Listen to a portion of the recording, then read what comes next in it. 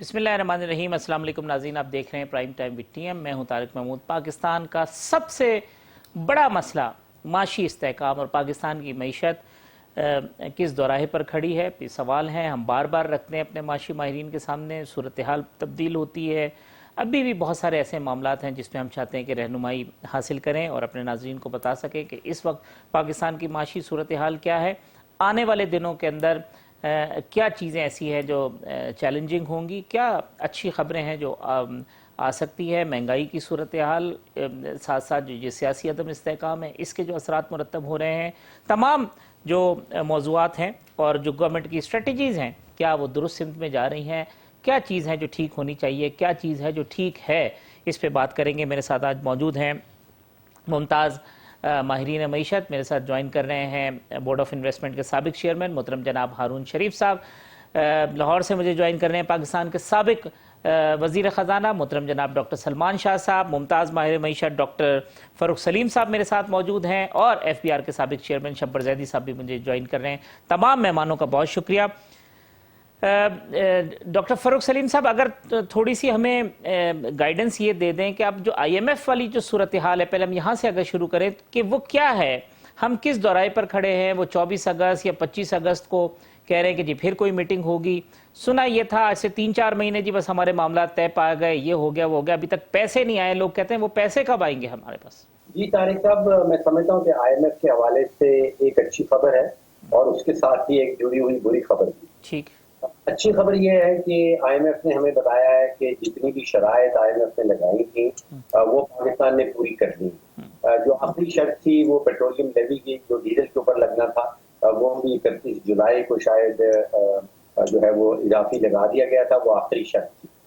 جو ایک میں سمجھ رہا ہوں کہ ان کہی شرط ہے یا لکھی نہیں گئی، وہ آئی ایم ایف کا یہ کہنا ہے کہ جو $4 بلین کا گیپ رہ گیا ہے، وہ گیپ میں آپ کو اس طرح بتا سکتا ہوں کہ $36 بلین کی تقریباً ٹوٹل ریکوائرمنٹ تھی پاکستان کی، جس میں سے آپ سمجھیے کہ تقریباً $31 ارب جو ہے وہ ارینج ہو گئی تھی، اور $1 بلین آئی ایم ایف کی طرف سے آنا تھا۔ $4 بلین کا گیپ مزید رہ گیا ہے۔ اب وہ آئی ایم ایف یہ شرط ایکسپلیسٹلی تو نہیں لگا رہا، لیکن وہ یہ کہہ رہا ہے کہ آپ $4 بلین کی جو آپ کے فرینڈلی کنٹریز ہیں ان سے آپ اگر گارنٹی لکھوا لیں کہ وہ آپ کو $4 بلین دیں گے، اس شرط کے اوپر ہم اپنی $1 بلین کی جو ٹھیک، یعنی کہ وہ آپ گارنٹی کریں تو اس کے بعد جو ہے یہ جو ہمارے پاس جو پیسے ہیں وہ اس کے بعد ہم ریلیز کریں گے۔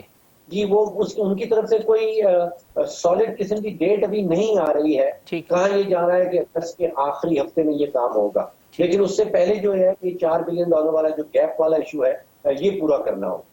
ڈاکٹر سلمان شاہ صاحب، آپ خود ڈیل بھی کرتے رہے ہیں آئی ایم ایف کے ساتھ، اب یہ سارا جو سینیریو ہے یہ بھی آپ کے سامنے ہے، جو ماضی کی حکومت نے آئی ایم ایف سے باتیں کی وہ بھی آپ کے سامنے ہیں۔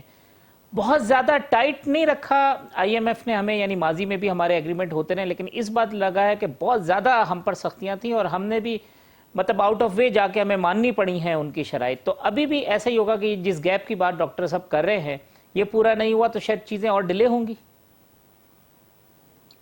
دیکھیں، یہ بات نہیں ہے، کیونکہ جتنا آپ کو ضرورت ہے فنڈنگ کی اس کے مطابق ہی یہ پرسکرپشن ہے، اور ظاہر ہے کہ جب آپ کی ایک بیماری ہے جس میں آپ کی اکانومی جو ہے وہ سسٹینیبل نہیں ہے اکنامک گروتھ کے لیے، یا جس طرح سے ایک نارمل آپریشنز کے لیے، کیونکہ آپ کے اوپر بہت زیادہ بیرون ملک قرضے ہیں۔ سو نمبر 1 تو آپ نے وہ قرضوں کی ادائیگیاں کرنی ہیں۔ نمبر 2، آپ کی اکانومی جو ہے وہ انورڈ لوکنگ ہے، وہ ایکسپورٹ نہیں کرتی، وہ ڈومیسٹک کنزمپشن، ہم سب کچھ جو بھی بناتے ہیں اپنا خود ہی اس کو کھا پی جاتے ہیں۔ تو اس اکانومی میں آپ کے پاس ایک پاور سیکٹر ہے جو ڈالرز پہ چلتا ہے، اور اس کی جو بل ہے وہ نہ قوم ادا کر سکتی ہے، نہ بزنس اس کو استعمال کر سکتی ہے، اور بل اس کا میٹر چلتا رہتا ہے اور وہ ڈالرز میں چلتا ہے اور آپ نے وہ پے کرنا ہے۔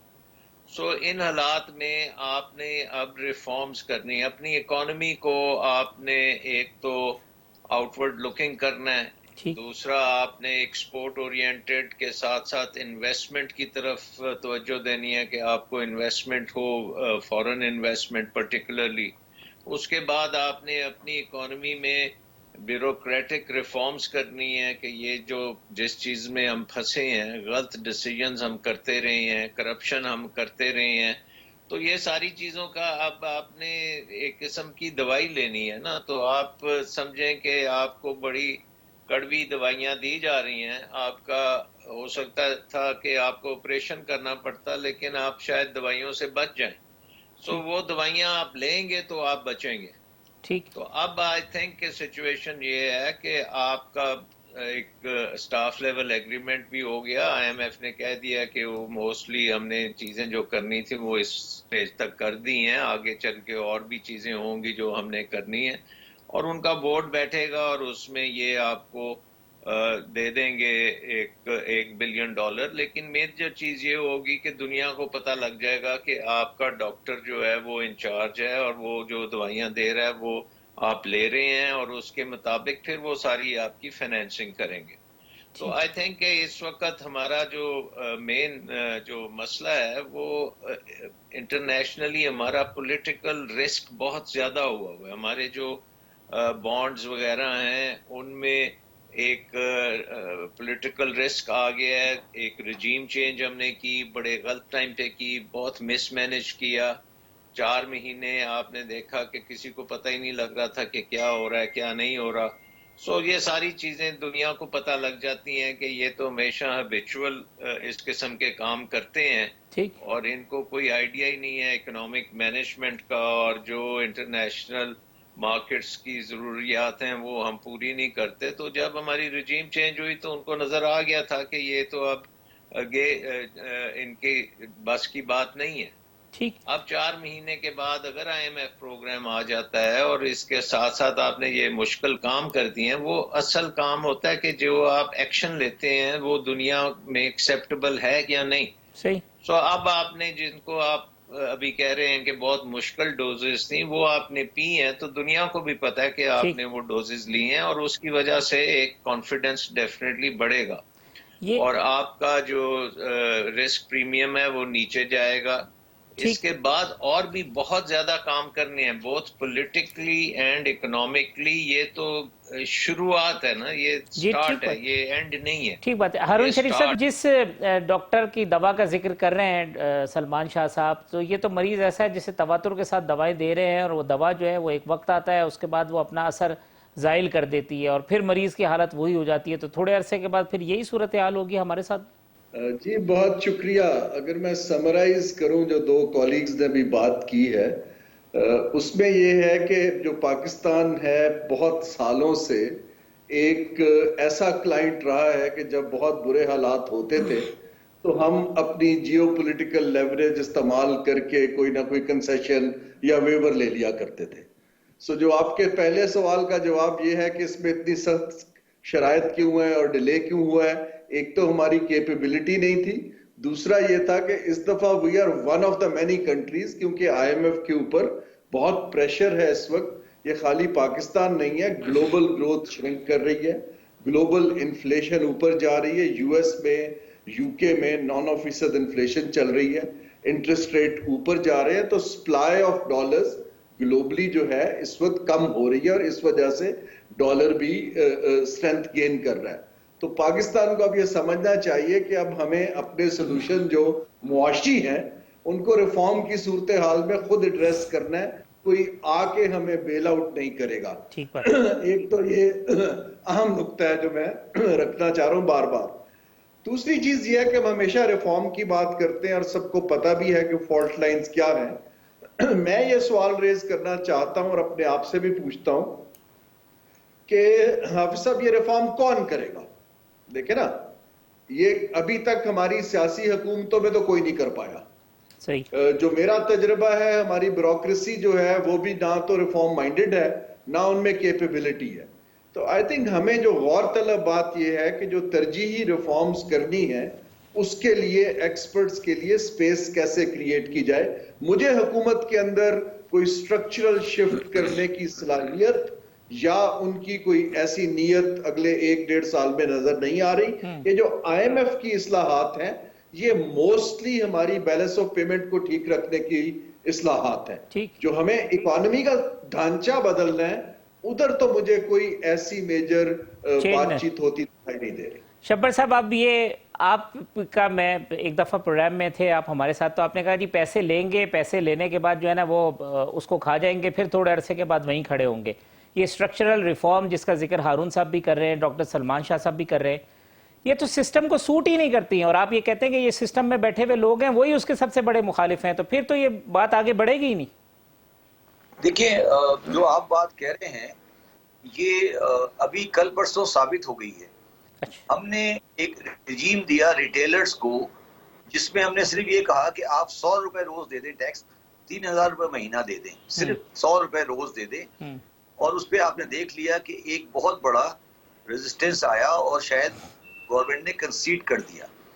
میں تھوڑی سی بات ہارون صاحب کی بات سے تھوڑا سا مختلف بات کروں گا. ایشو اب یہ نہیں رہ گیا کہ کیا کرنا ہے، ہم بڑے کلیئر ہیں کہ ہمیں کیا کرنا ہے. ہمیں فار ایگزامپل اسی لے لیں، ہمیں ریٹیلر کو سسٹم میں لانا ہے. ٹھیک. اب آپ نے دیکھ لیا کہ آپ نے ان کو بالکل آسان ترین چیز دی، کوئی آئی ایف بی آر نہیں تھا، کچھ بھی نہیں تھا، سب کچھ کر لیا آپ نے، اور وہ آپ کے ساتھ کوآپریٹ نہیں کرتا. تو اب یہ کام، یہ کہنا کہ ایف بی آر ناکام ہے یا ایف بی آر خراب ہے یا ایف بی آر نے کام نہیں ہوتا یا گورنمنٹ کی ول نہیں ہے، یہ ساری باتیں اب ہمیں ختم کر دینی چاہیے. ہمیں سب سے پہلے یہ بات کرنا چاہیے کہ ان ریٹیلر سے پوچھیں بھائی آپ کیا چاہتے ہیں. ٹھیک ہے نا. آپ کل کو میں کہوں کہ جی گورنمنٹ کی ول نہیں ہے، گورنمنٹ نے ول بھی دکھا دی، کیونکہ میں سمجھتا ہوں وہ غلط لا تھا. انہوں نے آپ کو ایف بی آر کو بھی نکال دیا، پی جی کی ول پہ ڈال دیا، انہوں نے بہت کم اماؤنٹ کر دیا، وہ بھی آپ کی بات مان لی. تو اس کا مطلب ہے کہ معاشرے میں کچھ ایسے رینٹ سیکر اور بدماش پیدا ہو گئے ہیں جو پاکستان کی ترقی میں رکاوٹ بن گئے ہیں. اور وہ اتنے بڑی ان کی پاور ہے، ان کی اتنی بڑی شٹر پاور ہے کہ وہ کسی گورنمنٹ کو چلنے نہیں دیتے. اور آپ کو اگر یاد ہو تو میرا جھگڑا بھی ان کے ساتھ انہی کے ساتھ ہوا تھا. وہ شناختی کارڈ اور پھر سب لوگ اکٹھے ہو گئے اور انہوں نے کہا جی ہم نہیں دیں گے 50. میں تو بڑا سسٹم لے کر آ رہا تھا، میں ان کو پھنسا رہا تھا، ان کو سمجھ، مگر آپ نے یہ جو ابھی گورنمنٹ آئی انہوں نے تو آسان ترین رستہ دیا ان کو، پھر بھی یہ نہیں باز آئے. تو اب آپ کو سب کو سمجھ آنی چاہیے کہ جو میں کہہ رہا تھا وہ ٹھیک کہہ رہا تھا کہ یہ جو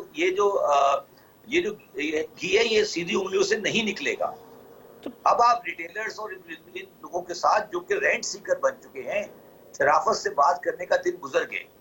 اور میں یہ لفظ ریفارم سنتے سنتے تنگ آ چکا ہوں. ریفارم ہونی چاہیے، ریفارم ہوگی، گورنمنٹ کی ول نہیں ہے، گورنمنٹ کی ول آنی چاہیے، اچھی گورنمنٹ آئے گی، ٹیکنوکریٹ کر دیں گے. وہ بھائی کیا کر دیں گے؟ سب کچھ ہو چکا ہے نا. جب وہ 100 روپے روز بل دینے کو تیار نہیں ہے دکاندار، اور وہ بدماشی پہ آیا ہوا ہے، نہ وہ دکان بند کرتا ہے 6 بجے بجلی، تو پھر اب دو اس کے سلوشن ہے سر. ایک سلوشن تو یہ ہے کہ پاکستان کو تباہ ہونے دیں اور ان کو بھی چلنے دیں. ایک سلوشن یہ ہے کہ پاکستان کی سوسائٹی زندہ ہو اور وہ ان کو پریشر ڈالے کہ بھائی یہ نہیں ہو سکتا. وہ اس کے لیے نہ آپ کو ٹیکنوکریٹ گورنمنٹ چاہیے، نہ اس کے لیے کوئی آپ کو چاہیے، اس کے لیے آپ کو ایک سوشل، ایک جسے کہتے ہیں نا سوشل آرڈر چاہیے جو یہ ثابت کرے کہ بھائی پہلے یہ آئیڈینٹیفائی کرے کہ اس ملک میں رینٹ سیکر کون ہے اور وہ کون سے لوگ ہیں جو پاکستان کو صحیح نہیں ہونے دینا چاہتے. اور میں نے آپ کو بتایا سب سے بڑا مافیا جو اس وقت ٹیکسیشن میں کھڑا ہوا ہے سامنے، وہ ریٹیلر ہے جو کوئی ڈاکومنٹیشن، کوئی ٹیکسیشن، کوئی چیز پراپر معاشرے میں کرنے کو تیار نہیں ہے. اگر آپ اس بیریئر کو بریک نہیں کر سکیں گے تو پاکستان کو ڈیفالٹ سے اور آگے برائیوں سے کوئی نہیں بچا سکتا. کیونکہ وہی لوگ ہیں جو اسمگل گڈ بیچتے ہیں، وہی لوگ ہیں جو انڈروائز گڈ بیچتے ہیں، وہی لوگ ہیں جو جعلی گڈ بیچتے ہیں، وہی لوگ ہیں جو سب. اور یہ اب پولیٹیکل پارٹیز میں اتنے اسٹرانگ ہیں. مجھے افسوس اتنا ہوا کہ یہ گورنمنٹ جو ان کی سپورٹر تھی وہ کتنی بری طرح ناکام ہوئی ہے، جو ان سے 100 روپے مہینے دے سکے. پان والا بھی روزانہ 500 روپے 1000 روپے کماتا ہے اور یہ ان سے 100 روپے مہینہ نہیں لے سک رہے. یہ اس قوم کو جاگنا چاہیے. اگر اس پہ بھی نہیں جاگے تو پھر ٹھیک ہے ختم کریں، پھر کیا ضرورت ہے، پھر ختم کریں ٹیکسیشن سسٹم. میں اس لیے نہ لفظ اب ریفارم سننا چاہتا ہوں، نہ میں ٹیکنیکل گورنمنٹ کی بات سننا چاہتا ہوں. irrelevant ہے یہ سارے الفاظ، یہ بیکار کی باتیں ہیں. یہ آپ کو سوائے آپ نے سختی دیکھ کے لیا شبر صاحب کچھ نہیں ہوگا. گورنمنٹ کو ریٹ آف دی گورنمنٹ قائم ہوگی تو معاملہ آگے بڑھے گا، ورنہ نہیں. یعنی سمپل. اگر گورنمنٹ، یار ریٹ آف گورنمنٹ کی بات نہیں ہے. ریٹ آف گورنمنٹ کیسے قائم ہوگی سر؟ ریٹ آف گورنمنٹ تو آپ دیکھیں میری بات سمجھے، جب فوجی گورنمنٹ تھی مشرف صاحب کی، جی. انہوں نے بھی ایک سروے کیا تھا، وہ بھی نہیں لا سکے. ریٹ آف گورنمنٹ ہم بات کرتے ہیں. ریٹ آف گورنمنٹ بھائی، ریٹ آف گورنمنٹ بھی تو پبلک پیچھے ساتھ ہوگی نا. جب آپ یہ بتائیں نا کہ وہ پولیٹیکل پرابلم ہماری کیا ہے، ہمارا صحیح. میڈیا بھی سپورٹ نہیں کر رہا نا. آپ یہ بتائیں کہ دکانداروں کی آمدنی کیا ہے اور 100 روپے روز دینے کو تیار نہیں ہے. آپ بھی ڈائریکٹلی، ہم سارے بھی انڈائریکٹلی کو سپورٹ کر رہے ہیں. آپ جائیں گے وہ بولیں گے ایف بی آر میں ریفارم کر دو، یہ کر دو، وہ کر دو، ایف بی آر والے کرپٹ ہیں، یہ نہیں ہے، وہ نہیں ہے. بیکار کی باتیں سب. ٹھیک. سمپل بات ہے کہ ایک رینٹ سیکر بیٹھا ہے، ایک بدماش بیٹھا ہوا ہے، وہ پاکستان کو ٹھیک. صحیح نہیں ہونے دے سکتا. اب آپ ٹھیک. اس کو کیسے صحیح کریں گے، وہ آپ فیصلہ کریں. اور یہ میں پھر کہہ رہا ہوں، کوئی گورنمنٹ پولیٹیکلی یا ملٹری گورنمنٹ اس قابل نہیں ہوگی جب تک سول سوسائٹی اس کے سامنے کھڑی نہیں ہوگی. اب ٹھیک. میں واپس آتا ہوں جو میں نے کیا تھا. میں نے یہ کہا تھا کہ مجھے ریٹیلر کو ٹیکس نہیں کرنا، مجھے کنزیومر کا آئیڈینٹی کارڈ چاہیے. کیا کون ہے جو بائی کر رہا ہے؟ ٹھیک. میں تو ٹیکس ہی نہیں کر رہا تھا ان کو. میں تو یہ پوچھ رہا تھا کہ جو بائر ہے اس بتا دو وہ کہاں سے آیا ہے. یہ اس طرح صحیح ہو، ایسے صحیح نہیں ہو سکتے. وہ بھی نہیں ہونے دیا. ہمارے پاس جو آگے بندہ 5 کروڑ روپے کی جویلری خرید رہا ہے وہ ہے کون؟ ٹھیک. وہ آپ کریں گے، اس کے علاوہ کوئی علاج نہیں ہے. یہ واپس وہیں آئیں گے جہاں پہ چھوڑ کے گیا تھا. اچھا، میں ڈاکٹر فاروق صاحب کی طرف جاتا مگر سلمان شاہ صاحب اگر شارٹلی کامنٹ کر دیں جو شبر زیدی صاحب نے بات کی، کیونکہ آپ حکومتوں میں رہے، مشرف صاحب کی گورنمنٹ کا ذکر کیا، اس میں بھی آپ تھے. یہ پرابلم جس کی طرف یہ نشاندہی کر رہے ہیں، یہ حل کیوں نہیں ہوتی سر؟ دیکھیں، یہ تو شبر صاحب کا ایک پیٹ پروجیکٹ ہے اور یہ ان کا ایک مافیا ہے جو ٹیکس نہیں دیتا. بٹ اس سے بھی ایک بڑا مافیا جو ہے نا وہ ہماری نوکری شاہی ہے. اور وہ یہ چیز ہے کہ وہ تمام پاکستان کے ریسورسز کے وہ ایلوکیٹرز میں ہیں، وہ ڈیسائیڈ کرتے ہیں کہ ہم نے کیا چیز بنانی ہے اور کیسے بنانی ہے. ٹھیک.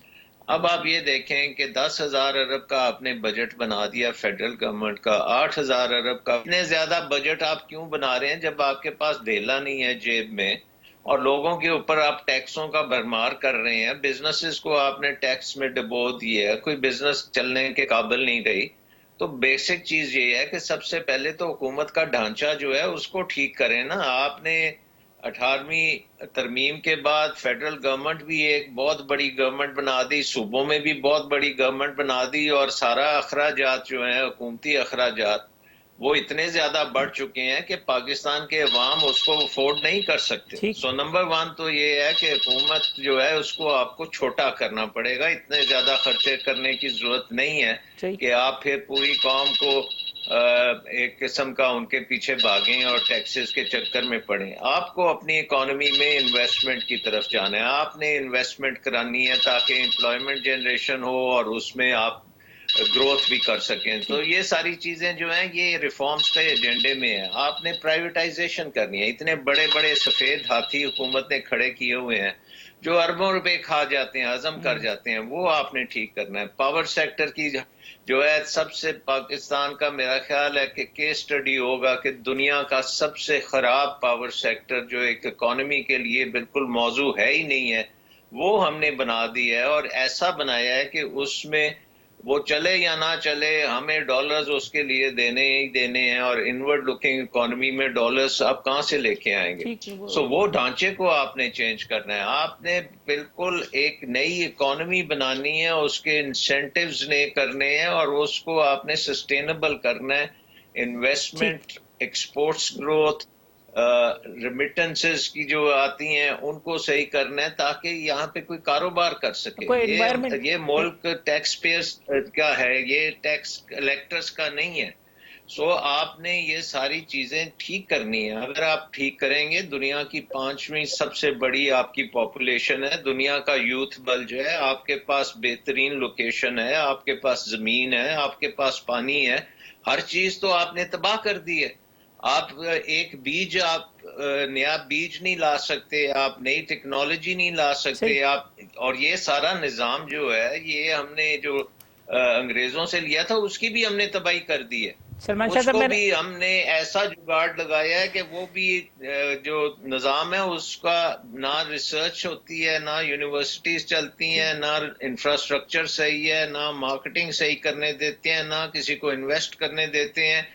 آپ دنیا میں اگر کوئی ایکسپورٹ کرنے جائے وہ ایکسپورٹ نہیں کر سکتا. امپورٹ ہم نے ویسے ہی بند کر دی کیونکہ ہمارے پاس اب ڈالرز بھی نہیں ہیں.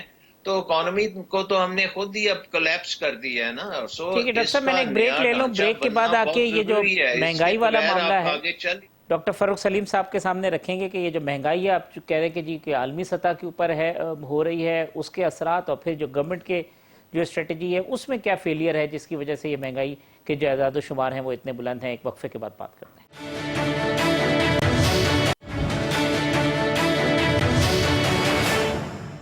ویلکم بیک ناظرین.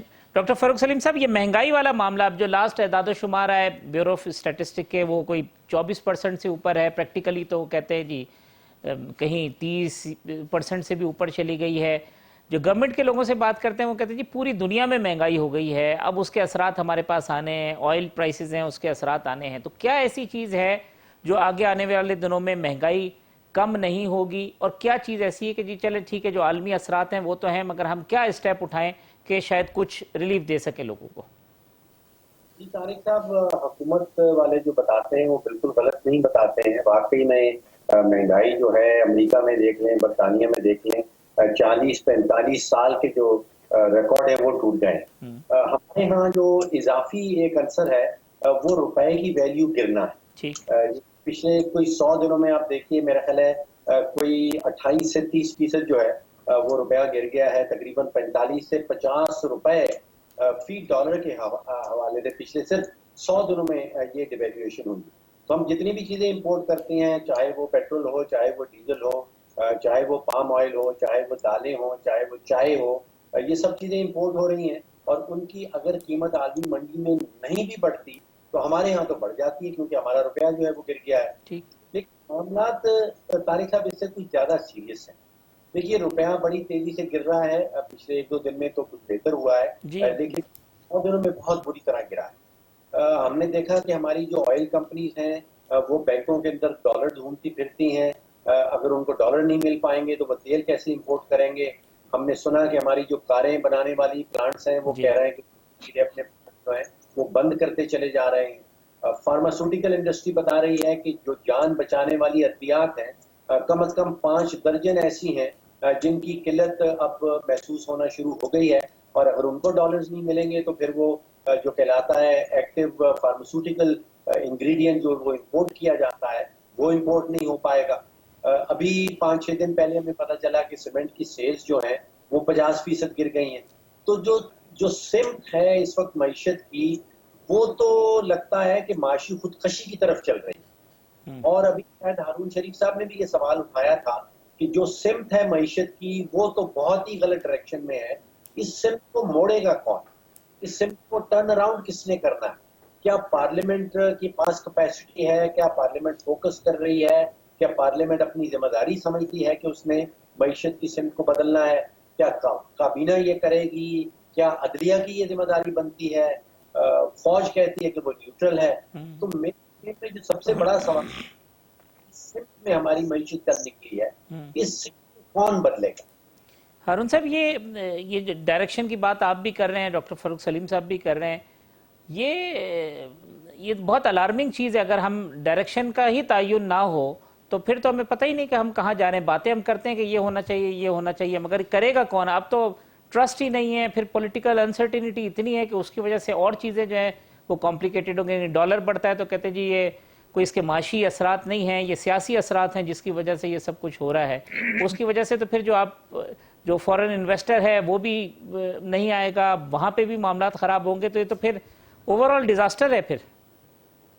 جی دیکھیں، یہ اس سوال پہ بہت زیادہ ڈیبیٹ کرنے کی ضرورت ہے. جیسے شبر زیدی صاحب نے ایک مائکرو ایگزامپل دی ایک سیگمنٹ کی جو نہیں مانتا ٹیکس دینے کے اوپر. دیکھیں اس وقت جو ڈیبیٹ پاکستان میں کہاں ہوتی ہے، میڈیا پہ ہوتی ہے، تھنک ٹینکس میں ہوتی ہے، یونیورسٹیز میں ہوتی ہے. اگر میں 70-80% دیکھوں تو وہ سیاسی ہوتی ہے اور سیاسی پاور پلے پہ ہوتی ہے. جو کنٹریز جب میں ایسٹ ایشیا میں کام کرتا تھا اور دیکھتا تھا وہاں پر ڈیبیٹ جو تھی وہ معاشی ایشوز کے اوپر ہوتی تھی، بلکہ سیاست کا کسی کو علم بھی نہیں تھا.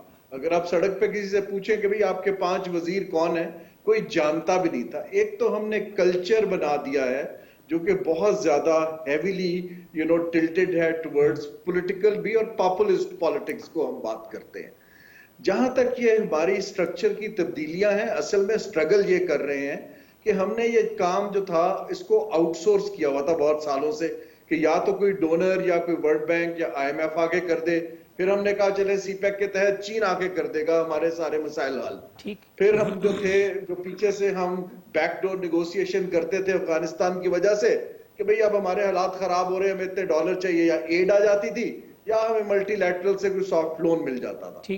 اب ریلائزیشن جو ہے وہ جی بڑی کڑوی ہے کہ اس وقت ہماری وہ صورتحال ختم ہو چکی ہے. دنیا کے بہت سے ملک لڑکھڑا رہے ہیں. اس وقت ضرورت اس امر کی ہے کہ 1-2 چیزیں ہیں اس کے اوپر ڈیبیٹ کی جائے اور لوگ ڈیمانڈ کریں کہ جی یہ کرنے کی ضرورت ہے، سرکولر ڈیٹ کو ختم کرنے کی ضرورت ہے. جس سوشل پریشر کی بات شبر زیدی صاحب کہہ رہے ہیں کہ جب تک سوسائٹی اب ریئیکٹ نہیں کرے گی، پریشر نہیں ڈالے گی، تو بہت ساری اب ان کا رول بہت زیادہ امپورٹنٹ ہو گیا کہ ان کو ایکٹ کرنا پڑے گا. سوسائٹی ایز اے ہول کی بات کر رہا ہوں، لیکن میں تو اپنی جو ہماری سالوں سے ابھی کاروں کی انڈسٹری کی بات ہوئی، دیکھیں یہ انڈسٹری پروٹیکٹڈ چل رہی ہے کچھ 40 سال سے. انہوں نے پاکستان سے بے تحاشا کمایا ہے. ابھی اگر مشکل حالات ہیں تو اگر پروڈکشن کم کرنی پڑ رہی ہے تو جو سالوں کے منافع ہے اس کو ری انویسٹ کر کے کوئی عوام کو ریلیف دے. لیکن ہم دیکھ رہے ہیں کہ گاڑیوں کی قیمتیں 40% بڑھا دی گئی ہیں. سو اس وقت ہمیں کچھ ملک کو اون کرنے کی ضرورت ہے اور ہر سیگمنٹ کو حکومت کو خرچہ کم کرنے کی ضرورت ہے، انڈسٹری کو سامنے آنے کی ضرورت ہے. اب ان فورسز کو کون کلیکٹ کرے گا اور سمت دے گا، وہاں مجھے بہت فریگمنٹیشن دکھائی دے رہی. شبر زیدی صاحب 2 باتیں ہیں. یہ پروٹیکٹڈ سیکٹرز کی جو بات کی، پاکستان میں کچھ سیکٹر ایسے ہیں جو بڑے لاڈلے رہے ہیں، ہر گورنمنٹ نے ان کو نوازا ہے اور وہ اس کی وجہ ان کے انفلوئنس ہیں. تو وہ جب ذرا سا کوئی برا وقت آتا ہے وہ اپنا پروفٹ بڑھا دیتے ہیں بجائے اس کے کہ قربانی دیں. ایک اور دوسری بات ہے کہ یہ بٹھائے گا کون، سنبھالے گا کون راضی کرے گا سب کمپوننٹ کو کہ یار بیٹھے کچھ چیزوں کو ٹھیک کرے. دیکھیں 2-3 باتیں بڑی سلپٹر ہیں. دیکھیں یہ جو نیشنل ورلڈ ہوتی ہے نا، اس میں 2 چیزیں کبھی لفظ استعمال نہیں ہونا چاہیے. ایک لفظ حب الوطنی کبھی نہیں استعمال ہونا چاہیے. کوئی بندہ کمرشل سینس میں حب الوطنی کوئی چیز نہیں ہوتی. سملرلی یہ جو قربانی کا لفظ ہے یہ بھی ختم کر دیں، کوئی قربانی نہیں ہوتی. سب چیز کمرشل ورلڈ میں میرٹ کے اوپر ہوتی ہے. دیکھیں بات بڑی سمپل سی ہے کہ جو کچھ بھی ہو رہا ہے اس وقت پاکستان میں، بالکل وہ ہو رہا ہے جو میں فورسی کر رہا تھا پچھلے 2 سال سے. میں نے تو بہت سارے جو آپ کے بیٹھے ہوئے ہیں حاضرین، یہ سارے اس سے مجھے ڈس ایگری کر رہے تھے. میں نے تو دسمبر میں یہ کہا تھا کہ یہ بیلنس شیٹ پاکستان کی گوئنگ کنسرن نہیں ہے، یہ ملک نہیں چل سکتا. ٹھیک ہے نا، آپ کو یاد ہوگا سب آپ سارے بڑے پریشان ہو گئے تھے. اب سارے لوگ کہتے ہیں، عمران خان صاحب بھی کہتے ہیں، مفتیٰ صاحب بھی کہتے ہیں کہ ہاں جی دیوالیہ ہو گئے تھے، ہم نے بچا لیا. تو یہ بات ان کو پہلے نہیں بتا تھی کہ ہم دیوالیہ ہو گئے. یہ اب کوئی نیا ان کے اوپر الہام آیا ہے کہ دیوالیہ ہو گئے. دیکھیے جو کچھ بھی ہو رہا ہے یہ میرے حساب سے بالکل ٹھیک ہو رہا ہے. ہمارے ملک میں جو فورسز تھی، اسٹیبلشمنٹ تھی، اس کا رول جو تھا وہ تھا. مگر اب آپ بائی اینڈ لارج لوگ یہ ایگری کرتے ہیں کہ وہ رول ان کو نہیں کرنا چاہیے. وہ نیوٹرلزم کی طرف جائیں اور ان کی طرف جا رہے ہیں. وہ اب اس لحاظ سے وہ سائیڈ لائن ہو گئے. جوڈیشری کی کریڈیبلٹی کمزور ہوتی جا رہی ہے. پولیٹیکل پارٹی کی کریڈیبلٹی کمزور ہوتی جا رہی ہے. جو میڈیا ہے وہ اپنی کریڈیبلٹی لوز کر رہا ہے. جب یہ ساری چیزیں، جب یہ سارے جو آپ نے فساد کھڑے کیے ہوئے ہیں نا، یہ فساد، یہ سارے فساد تھے. ہم ان کے پیچھے چھپ جاتے تھے کہ یار اسٹیبلشمنٹ آ جائے گی، کبھی ہم کہتے تھے پولیٹیکل پارٹی آ جائیں گی. یہ سارے جو پاکستان کے فساد تھے یہ آہستہ آہستہ گر رہے ہیں. اور یہ جب گر جائیں گے تو پاکستان کی جو عام آدمی ہے وہ ریئلائز کرے گا کہ ہمیں کمپلیٹ دھوکے میں رکھا گیا تھا. پاکستان کی ریئلٹی وہ نہیں ہے جو ہمیں بتائی جا رہی تھی. پھر اس عام آدمی کا رد عمل کیا ہوگا شبر زیدی صاحب؟ میری بات کمپلیٹ کر دیں مجھے. رد عمل نہیں ہوگا، اس کا نتیجہ ہوگا. رد عمل کوئی چیز نہیں، ہر چیز کا نتیجہ ہوتا ہے. جب یہ فساد گرے گا نا جی، اور وہ گر رہا ہے اور اس کو کوئی گرنے سے روک نہیں سکتا، کوئی اس کو گرنے سے روک نہیں سکتا. اگر کوئی یہ سمجھتا ہے کہ یہ فساد نہیں گرے گا تو وہ دنیا کی حقیقت کو سمجھ نہیں رہا ہے. یہ فساد گرے گا اور گر رہا ہے. اور جب فساد گرے گا تو اس پہ آٹومیٹیکلی ایک نیا کنسنسس ڈیولپ ہوگا، اور وہ کنسنسس ڈیولپ ہونے کی طرف ہم جا رہے ہیں. اور وہ کنسنسس کیا ہوگا؟ کنسنسس یہ ہوگا جو ہارون صاحب بھی ایک لحاظ سے بات کر رہے ہیں، وہ قوم یہ ریئلائز کرے گی کہ جو باتیں ہم کرتے رہے ہیں وہ اس ملک میں وہ باتیں وہ نہیں ہیں، بلکہ اس کے علاوہ کچھ اور ہے، جن کو ہم سمجھتے رہے ہیں کہ وہ ملک کے بہت بڑے وطن ہیں. جیسے میں نے کہا ریٹیلر اور یہ سب بکواس کرتے تھے کہ ایف بی آر خراب ہے اور یہ ہے، مگر سب پتہ لگے گا کہ کون رینٹ سیکر ہے، کون. تو یہ جب تک آپ صحیح حقیقت کو سامنے نہیں لائیں گے کبھی بھی ریئلٹی میں چینج نہیں ہوتا. اور پاکستان میں جو میرے حساب سے حقیقتیں بہت تیزی سے سامنے آ رہی ہیں. اگر آج اس وقت جو آپ بیٹھے ہوئے ہیں، اس وقت ابھی آپ دیکھیں کہ ڈالر 15 روپے سے بھی آپ نے دیکھا کہ آج ڈالر 15 روپے سے نیچے آیا ہے جی. آپ کے خیال میں یہ ڈالر 15 روپے نیچے کیوں آیا ہے؟ میرے حساب سے جس سے پہلے جو ہو رہا تھا وہ بھی اسپیکولیشن تھی، اور یہ جو ہو رہی ہے یہ بھی اسپیکولیشن ہے. مگر میرے ذاتی حساب سے صرف میرا ذاتی ویو ہے کہ اس کے پیچھے انٹرنیشنل فورسز کی جو ہماری سپورٹ ہمیں گارنٹیڈ ہو گئی ہے، اور جو ایمن الظواہری صاحب کا مرڈر ہوا ہے وہ یہ ڈیمانسٹریٹ کرتا ہے کہ جو ایک اس دنیا کا بڑا پاور ہے وہ ہمارے پیچھے کھڑا ہو گیا ہے آگے. کیونکہ یہ نہیں ہو سکتا کہ یہ ایونٹ پاکستان کی مرضی کے خلاف ہو سکا ہو. تو اس کا مطلب ہے ہم واپس وہیں پر آ گئے ہیں جہاں پہ ہمیں آنا تھا. اور میں سمجھتا ہوں کہ آنے والے دنوں میں یہ سارے فساد گر جائیں گے، اور کوئی لیڈرشپ ضروری نہیں ہے کہ ایکس وائی زیڈ ہو، کوئی بھی لیڈرشپ ایمرج ہو کے آئے گی، اور انشاءاللہ یہ ملک آگے کی طرف چلا جائے گا. لیڈر آتے رہتے ہیں، جاتے رہتے ہیں، ملک باقی رہتے ہیں. تو یہ شبر صاحب یہ اچھا ہوا ہے، مطلب جو آپ نے کہا کہ اگر یہ کوئی بڑی طاقت آ کے ہمارے پیچھے کھڑی ہو گئی ہے تو یہ اچھا ہے، پھر اس کی چیزیں اس سے اچھی ہوں گی؟ جی اس سے اچھی یہ ہوں گی کہ ہمارے پاس اگر آپ آئی ایم ایف کے پاس جا رہے ہیں تو وہ بڑی طاقت نہیں ہے کیا؟ ٹھیک. جب آئی ایم ایف کے پاس گئے تھے تو کیا وہ چھوٹی طاقت، وہ کیا آپ کے خیال میں وہ کیا کسی بڑی طاقت کے حساب سے کام نہیں کرتے؟ اور اگر وہ بڑی طاقت ہمارے ساتھ کھڑی ہوتی ہے تو اس میں کیا برائی ہے، جبکہ ہماری تقریباً 10 بلین کی ایکسپورٹ ان کے ساتھ ہے اور ہمیں ان کے تعلقات اچھے کرنے ہیں. ہمیں کس حکیم نے کہا ہے کہ ہم دنیا کی سب سے بڑی طاقت کے ساتھ اپنے تعلقات خراب کر لیں؟ یہ کہاں لکھا ہے؟ کون سی کتاب میں لکھا ہے کہ ہم ان سے تعلقات خراب کر لیں؟ ہمیں ان کے ساتھ تعلقات امپروو کرنے ہیں. اگر ہم ان کے ساتھ مل کے چلیں گے تو دنیا میں صحیح رہیں گے. اس میں مجھے ذاتی طور پہ کوئی کنفیوژن نہیں ہے. میں سمجھتا ہوں کہ کل سے ٹرن آؤٹ ہو چکی ہے اور انشاءاللہ تعالیٰ یہ آپ کو اگلے مہینے تک اس کا ٹرن اراؤنڈ نظر آ جائے گا. ٹھیک ہے، یہاں ایک وقفہ لے لیتے ہیں، وقفے کے بعد آتے ہیں تو پروگرام کو کنکلوڈ کریں گے. اپنے تمام ماہرین سے یہ پوچھیں گے کہ اب جو صورتحال ہے اس میں پاکستان کے لیے جو درپیش چیلنجز ہیں وہ کیا ہیں، اپرچونٹیز کیا ہیں، اور ڈائریکشن کیا ہونی چاہیے. پروگرام کے لاسٹ سیگمنٹ میں گفتگو کرتے ہیں.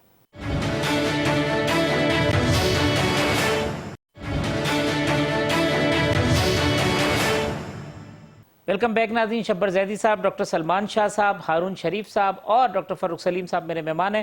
ڈاکٹر سلمان شاہ صاحب، اب یہ اپنی ڈیبیٹ کو کنکلوڈ کرتے ہوئے یہ بتائیے کہ اب آنے والے دنوں میں پاکستان کی جو معاشی صورتحال ہے اس کے لیے ہمارے چیلنجز کیا ہیں، اپرچونٹیز کیا ہیں، کیا ایسے مواقع ہیں جو حاصل کیے جا سکتے ہیں، اور پھر ڈائریکشن کیا ہونی چاہیے تاکہ اچیومنٹ زیادہ ہو سکے؟ دیکھیں جو بھی باتیں ہم کر رہے ہیں کہ یہ سارا کام کون کرے گا، تو پاکستان کے جو نظام ہے اس میں تو یہ سارا کام پولیٹیکل پارٹیز کا ڈومین میں آتا ہے. اور میرا خیال ہے کہ تمام پولیٹیکل پارٹیز کو اپنے منشور میں اب اکنامک ایشوز کو سامنے رکھ کے اپنے اکنامک پروگرامز دینے چاہیے. اور اب بڑی جلدی ہمیں الیکشنز کرنے چاہیے تاکہ ہمیں ایک ایسی حکومت ملے جس کو عوام کی سپورٹ ہو، اوور ویلمنگلی ہو، اور وہ اکنامک ایشوز پہ بڑے کلیئرٹی ہو. اور اس اکنامک ایشوز میں کوئی اتنی بڑی راکٹ سائنس نہیں ہے. بیسکلی پاکستان کی اکانومی کو ہم نے پروڈکٹیوٹی اور کمپیٹیٹیونیس کی بیسس پہ بنانا ہے. ہم نے یہ جو ایگزسٹنگ نظام ہے یہ اب چل نہیں سکتا، یہ سسٹینیبل نہیں ہے، کیونکہ ہماری اکانومی جو ہے وہ پروڈکٹیوٹی اس کی بہت کم ہے اور وہ دنیا میں کمپیٹیٹیو بھی نہیں ہے. تو یہ دو چیزیں ہیں، پروڈکٹیوٹی اور کمپیٹیٹیونیس، اور اس کے سب کو پتہ ہے کہ وہ کیسے ٹھیک کرتے ہیں. اور اس میں آپ کی جتنی ویلیو چینز ہیں، ایگریکلچر میں ہے، مینوفیکچرنگ میں ہے، سروسز میں ہے، ان کو آپ کو رہا کرنا پڑے گا. ان کو اکنامک فریڈم دینی پڑے گی کہ یہ ان میں انویسٹمنٹ بھی آئے, اس میں ٹیکنالوجی بھی آئے, اس کو اپ گریڈیشن بھی ہو, تو اس کے مطابق آپ کو نظام بنانا پڑے گا یہ تمام چیزوں کو ممکن کرنے کے لیے. اور جو بھی پولیٹیکل پارٹی یہ عام اچھے طریقے سے اپنے مینیفیسٹو میں دے کے عوام کے سامنے جاتی ہے اور ان کو کنونس کرتی ہے, تو وہ آ کے پھر یہ کام کرے گی. یہ جگاڑ پالیٹکس سے یہ کام نہیں ہوگا. یہاں یہ میک شفٹ جو چیزیں ہم کرتے ہیں اس سے یہ کام نہیں ہوگا. یہ تو ہم نے ایک بینڈ ایڈ لگا دیا, آئی ایم ایف بھی ایک بینڈ ایڈ ہی ہے. وہ بینڈ ایڈ آپ کا تھوڑی دیر اگر کام کر جائے گا تو اس کے بعد جو بریدنگ سپیس ہے اس میں اب آپ نے سارا کام کرنا ہے. اور ہمارے ملک میں صرف پولیٹیکل پارٹیز کا فیوچر ہے, کسی اور کا فیوچر نہیں ہے. اور اب آپ کو پولیٹیکل پارٹیز کو اسٹرینتھن کرنا پڑے گا, اور ان کو اکنامکس کے اوپر ان میں ٹیلنٹ بھی ہونا چاہیے, اور ان میں جو ہر پولیٹیکل پارٹی کے اپنے ٹیکنوکریٹس ہونے چاہیے. اور سب سے بہتر جو پروگرام بنائے گا اس کو ہمیں آگے لے کے آنا ہے. اور یہی ہوتا ہے, جو بھی قوم بہت زیادہ مشکل میں جب پڑ جاتی ہے تو اس سے جب وہ اٹھتی ہے تو وہ پھر بہت آگے بھی جا سکتی ہے. بہت اچھی بات, یہی شبر صاحب بھی کہتے ہیں, وہ بھی کہتے ہیں کہ فیوچر ان کو برائٹ نظر آتا ہے کہ اور اس کی طرف ہو جائیں. جی ڈاکٹر فاروق سلیم صاحب, سر جو چیلنج ہیں, اپرچونٹیز ہیں اور ڈائریکشن سر.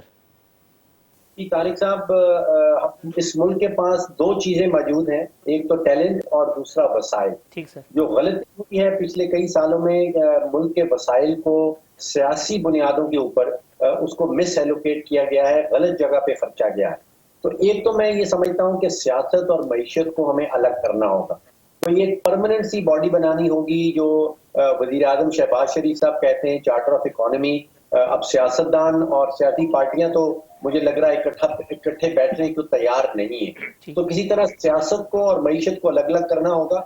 سیاسی لوگ جو ہیں وہ اپنی سیاست کرتے رہیں, لیکن معاشی پالیسی جو ہے اس میں کنٹینیوٹی رہے اور وہ ایک ہی چلتی رہے. ایک ایگزامپل میرے ذہن میں آتی ہے طارق صاحب, وہ اٹلی ہے, جس میں پچھلے 70 سالوں میں کوئی 70 ہی گورنمنٹ بدل چکی ہیں. یعنی کہ ہر سال میں اوسطاً ایک نئی حکومت آ جاتی ہے, لیکن ان کی معاشی پالیسی جو ہے وہ چلتی رہتی ہے اپنے کورس کے اوپر. تو سیاستدان اپنی سیاست کرتے رہیں, لیکن ایک پرماننٹ باڈی بنا دی جائے جو اکنامک پالیسی بنائے اور سیاست اور معیشت کو الگ الگ کیا ہے. اور وہ پھر انٹرنیشنلی بھی سب کو پتا ہوگا کہ جی گورنمنٹ چینج ہو جاتی ہے, سیاسی چہرے تبدیل بھی ہو جاتے ہیں, لیکن یہ پالیسی یہ ہوگی, جو بھی آئے گا اس کو فالو کرے گا, کنٹینیوٹی ہوگی اس کے اندر. جی طارق صاحب, پالیسی کنٹینیوٹی اور خاص طور پہ معاشی پالیسی کی جو کنٹینیوٹی ہے وہ بہت ضروری ہے. جو سیاسی افراتفری ہے, جو سیاسی انتشار ہے, اور وہ جس طرح اثر انداز ہوتا ہے ہماری معیشت کے اوپر, یعنی کہ پچھلے 100 دنوں میں بالکل واضح تھا کہ جو معاشی اشاریے ہمیں نظر آ رہے ہیں, روپیہ گرتا ہوا, اسٹاک مارکیٹ گرتی ہوئی, ان کے پیچھے معاشی پالیسیز نہیں تھی, ان کے پیچھے سیاسی افراتفری تھی, ان کے پیچھے سیاسی انتشار تھا. اب جو الیکشن کمیشن کا فیصلہ آیا ہے, میں سمجھ رہا ہوں کہ اس کے نتیجے میں ہماری جو فائنینشیل کمیونٹی ہے وہ یہ سوچ رہی ہے کہ پی ٹی آئی کے پاس جو پوٹینشیل تھا, جو اس کے پاس صلاحیت تھی سیاسی انتشار کی, وہ شاید کم ہو گئی ہے. اور اس کے میں آپ نے دیکھا کہ روپیہ بھی 10 روپے چڑھا ہے, اسٹاک مارکیٹ کوئی 800 پوائنٹ اوپر ہے. جی ہارون صاحب, آپ کا پوائنٹ آف ویو سر اس معاملے پہ.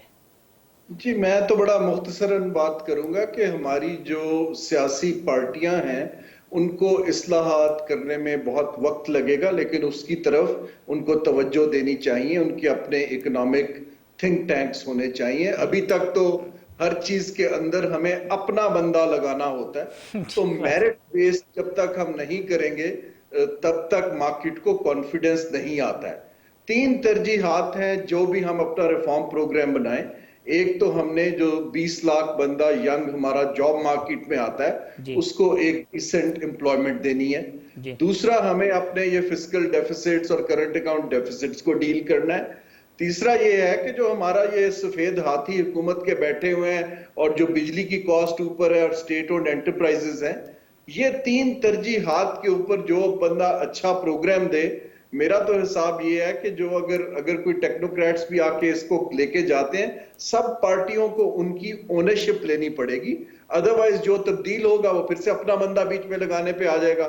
آپ دیکھیے کہ ایون ایک جنرل مینیجر ریلوے لگانا ہوتا ہے وہ بھی پرائم منسٹر کے پاس اپروول جاتی ہے. یہ کام ہمیں ختم کر کے کچھ پروفیشنلزم لائیں گے, مارکیٹ کو سگنل ملے گا تو اس ملک کے اندر سڈنلی انویسٹر بھی انٹرسٹڈ ہو جائے گا. کوئی ایک یا دو کانکریٹ سگنل دینے کی ضرورت ہے کہ ہم کس طرف جا رہے ہیں. شارون شریف صاحب, ڈاکٹر سلمان شاہ صاحب, ڈاکٹر فاروق سلیم صاحب, شبر زیدی صاحب بھی ہمارے ساتھ موجود تھے. تمام مہمانوں کا بہت شکریہ. آئندہ ہفتے اسی پروگرام میں انشاءاللہ اسی وقت دوبارہ ملاقات ہوگی. اللہ حافظ.